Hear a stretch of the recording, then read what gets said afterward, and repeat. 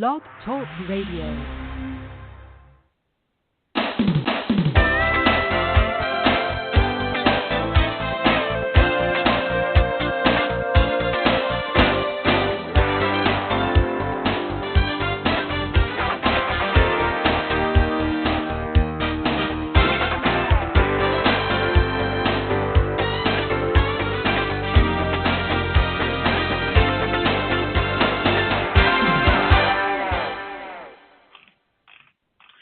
Good morning and welcome to this week's session of Live Without Limits. Today's show is titled 5 Ways You're Losing Opportunity at Networking Events. You can have everything in life you want if you just will help enough other people get what they want, said Zig Ziglar. Whether you're good at meeting new people or not, the number one tip for moving forward in your career is building a business is to network. Networking is how you meet the right people, get the best ideas, and remind other entrepreneurs that you're ready to meet and collaborate. Unfortunately, simply attending the event won't bring much value to you. You need to talk with people, ask questions, and be prepared. If you aren't doing these things, you're losing out on opportunities that could otherwise propel you further into your career. Here are 5 reasons you're missing out on opportunities, and you are guilty, and you may be guilty of many of them.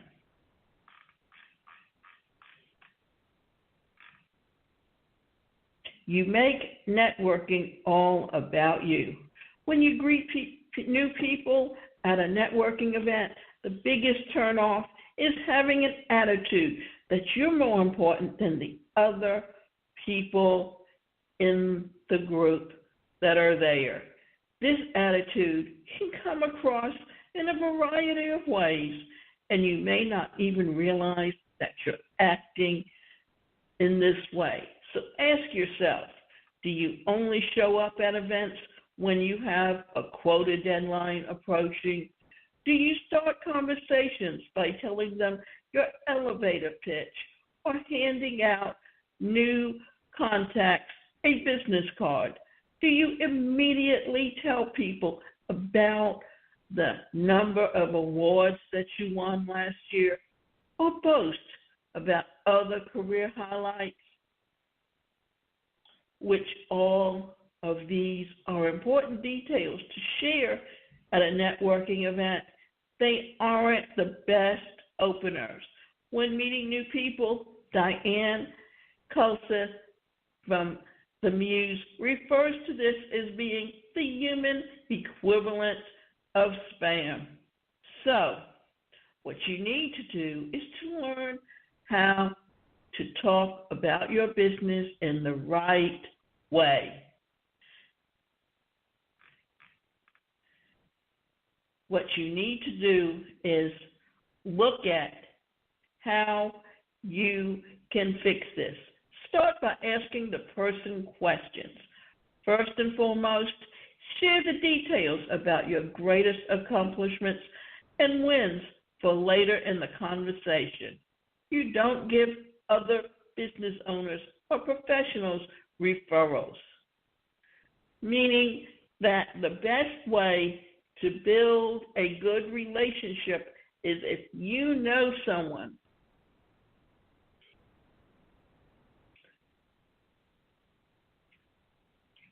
that needs the other person's services. It's good to give a referral first, because you know what? That referral will build a relationship with someone, and therefore when they know someone that needs your services, they are willing to work with you. What makes network marketing so good is simply one and one reason only. Not just that you're building your team through referrals, but that you're giving people something they really need. And it's not really a product as much as it's the service that you are offering them.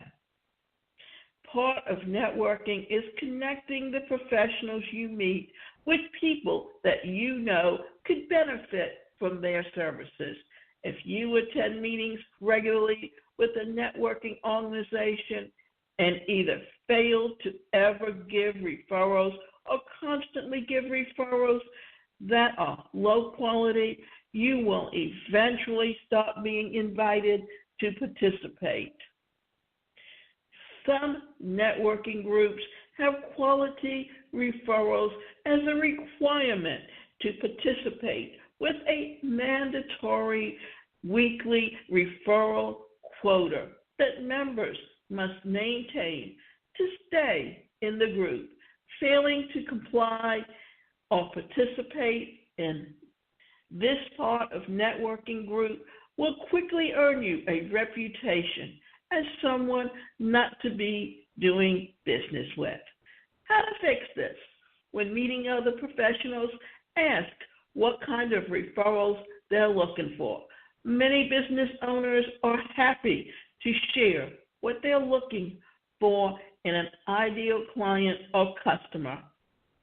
The people who leave on a high note from a networking event are those who attend with just one goal in mind, to figure out how they can help others in the room. This is Andrew Vest, Forbes.com. You show up to events unprepared.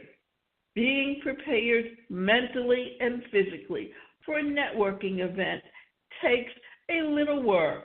You want to look nice, have all the necessary materials, and be ready to talk about yourself and your business succinctly and effectively.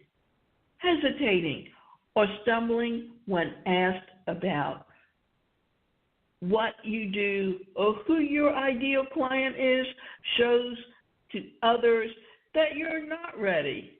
Well, not everyone you meet expects you to be 100% all the time. A lack of preparedness comes across as unprofessional, just as it would in any other business meeting environment.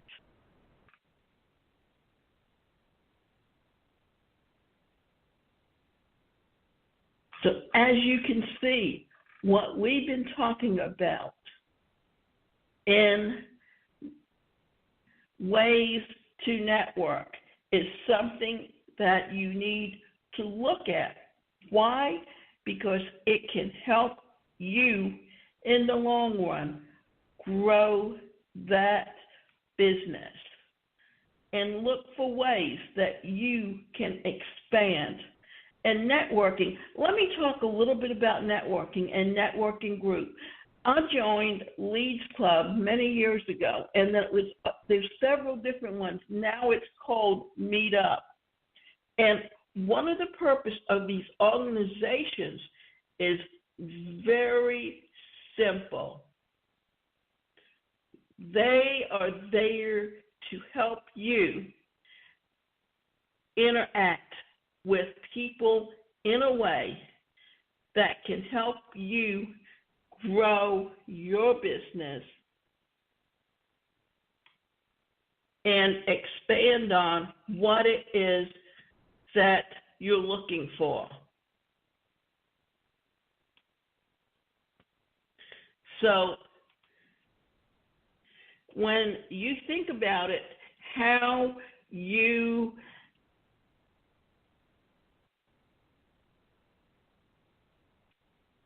grow your business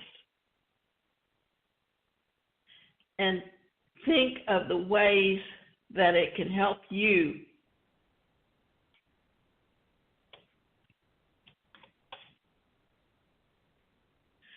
expand on your opportunities. And I know I sound a little bit out of it, but what we're trying to do is talk to you about growing a business on a long-term basis. And some of the things that you can do or look for are things that will help you grow in the present time.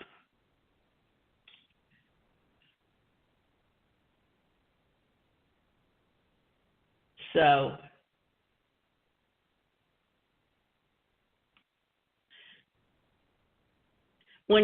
networking events are really good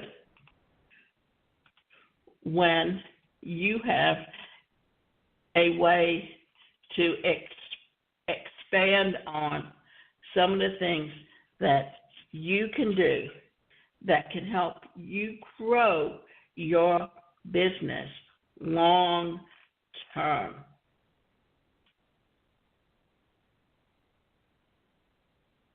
So let's look at some of these things. So we've been talking about how if you are unprepared, what you can do, and hesitating or stumbling when asked about what you do or who your ideal client is shows others that you're not ready. While not everyone you meet expects to be 100% all the time, a lack of preparedness comes across as unprofessional, just as it would in any other business meeting or environment. Now, what are some of the ways to fix this? Be prepared to share about yourself, your ideal customer, and your needs. Be crystal clear on your talents, strengths, skills, connectedness that you can offer other professionals. And don't forget that the paper essentials like PDFs and business cards, you don't listen. And that's the biggest thing that people forget about. They just don't know how to listen or think that they know what they're doing. So what we want you to do is to look for ways that you can be prepared for growing your business.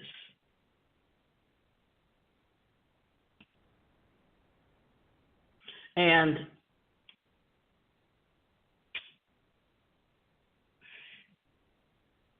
this is a biggie. In our smartphone era, paying attention is a demanded skill many of us lack, according to experts and entrepreneurs. They continue.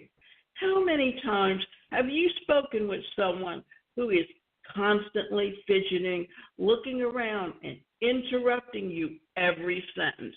By simply maintaining eye contact, listening attentively, and responding with relevant questions, you're separating yourself from the rest of the pack, as well as on your way to fostering a genuine relationship. Listening and providing value bodes well for you as you continue developing these important relationships.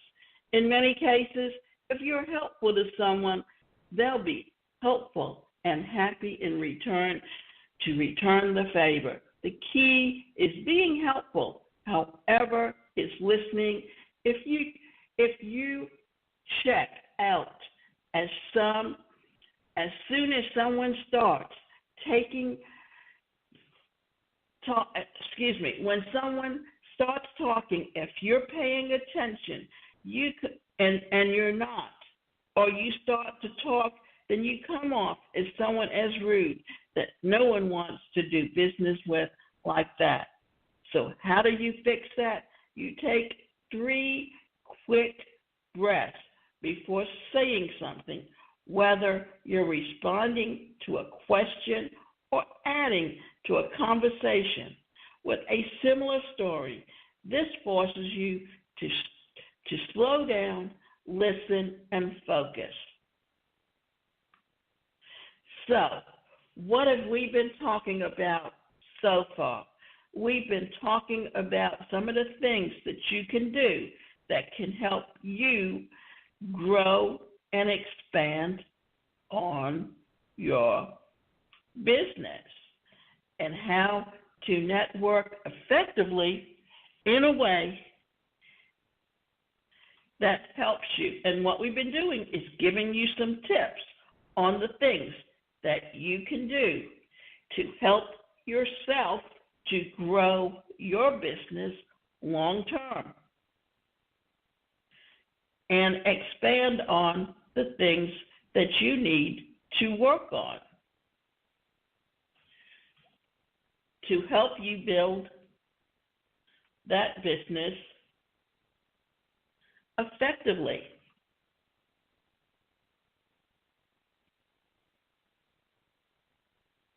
And how you as an individual can build a business that is very successful down the road. And think of your business as something that you can grow and expand on. And think of it as a business that you have taken to the next level. For so many of us, what happens is when we're thinking about a business, we don't realize just how important it is to grow and expand that business as a profession to help you build some of your skills. And let me talk to you a little bit about what you do when you go to networking groups, because this is the biggest thing that a lot of people don't think about. And let me also explain to you that you have Leads Club, and now it's Meetup, but guess what? It's usually a local group that when you get together, it's usually one person within each profession. And what happens is that they have a set way of doing things. They have a box that you can bring business cards, and then members pass around the box, and they take business cards that belong to different people in the group. And the first thing you do is you get up, you tell them something about yourself, you tell a little bit about your business. You also say, what type of client you are looking for? And these are the same things that are covered in this presentation today on if you talk too much or you break into a conversation.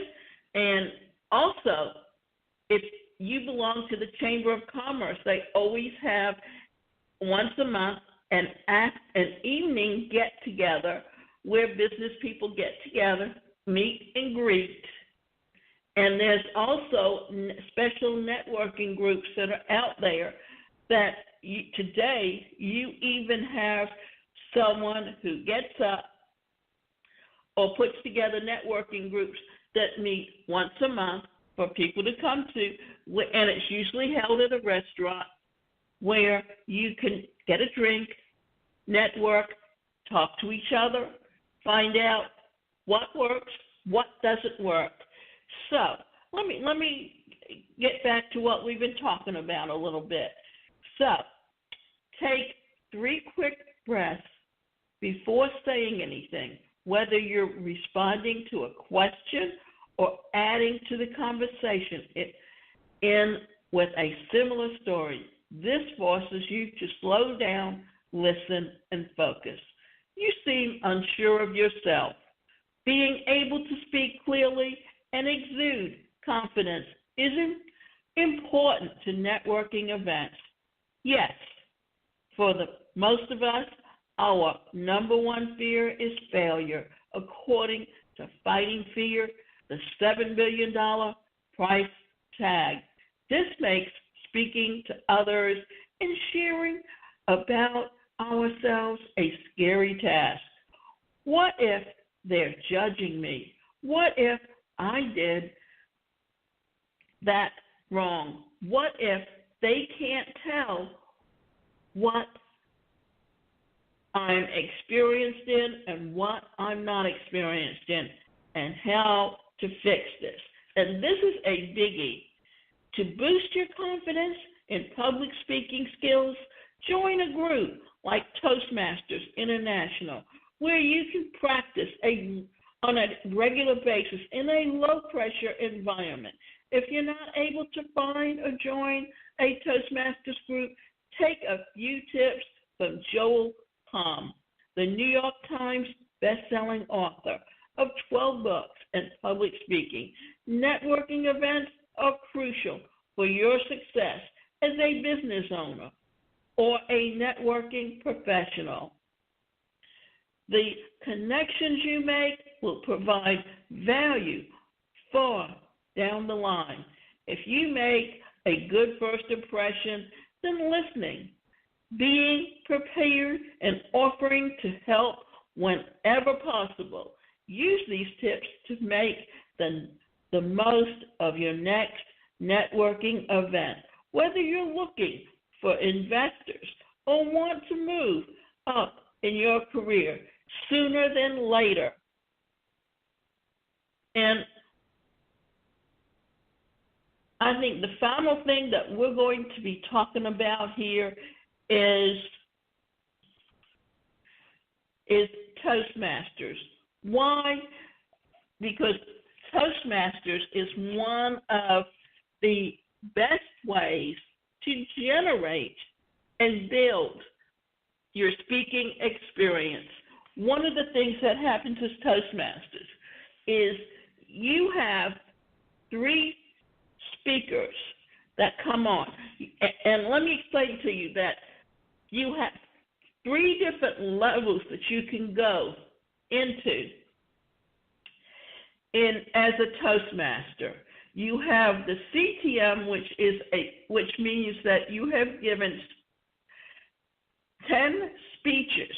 The first one is usually no more than a 3-minute speech where you're just talking about yourself so that you can learn to feel comfortable as a speaker.